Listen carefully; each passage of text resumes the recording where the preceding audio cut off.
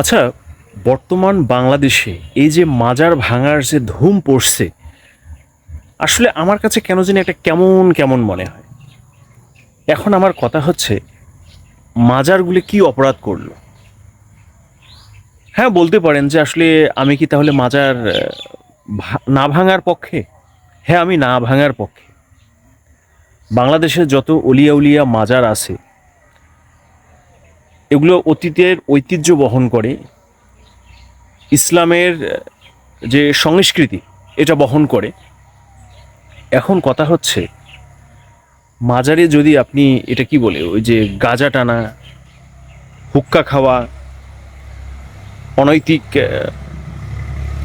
আচরণ, আসলে এটা যদি হয়ে থাকে তাহলে আমাদের সংস্কার করতে হবে। কিন্তু এর অর্থ এই নয় যে মাজার ভেঙে ফেলতে হবে। মাঝে মাঝে ভাবলে মানে এতটা খারাপ লাগে, যেটা বলে আমি প্রকাশ করতে পারবো না। এখন কথা হচ্ছে, এই যে অলিয়া উলিয়া, তারা আল্লাহরই তো মনোনীত ব্যক্তি। আল্লাহকে যে খুব মানে শয়নে স্বপনে ধ্যানে যারা আল্লাহর নিকটবর্তী হয়েছে, এরাই তো হচ্ছে অলিয়া উলিয়া, মানে খাঁটি অলিয়া উলিয়া যেটাকে বলি।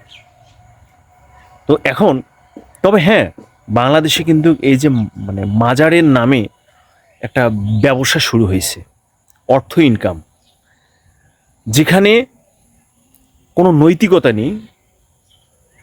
তবে আর একটা কথা, এই যে মানুষ মানে মাজারে গিয়ে যে এই যে মৃত মানুষের কাছে যে কিছু চায়, এই চাওয়াটা কতটা যৌক্তিক? চাইতে হবে একমাত্র মহান আল্লাহ পাক রব্বুল আলমিনের কাছে, যিনি মানুষকে সৃষ্টি করছে, যিনি মানুষকে এই পৃথিবীতে প্রেরণ করছে। তার কাছে যদি মানুষ কিছু চায়, তাহলে সেই চাওয়াটা অত্যন্ত যৌক্তিক। ইনশাল্লাহ আল্লাহ পাক সেটা পূরণ করেন। আমরা এখন কথা হচ্ছে, যার কাছে আপনি চাবেন তাকে কে সৃষ্টি করছে? তাকেই তো একমাত্র আল্লাহ সৃষ্টি করছে। তো আল্লাহ যাকে সৃষ্টি করছে, আপনি তার কাছে চাবেন নাকি আল্লাহ পাকের কাছে চাবেন? আসলে আমরা মানে আমাদের যে বোঝার এতটা ভুল, কবে যে সংশোধন হবে আমাদের এই ভুলগুলো ভেবে পাই না।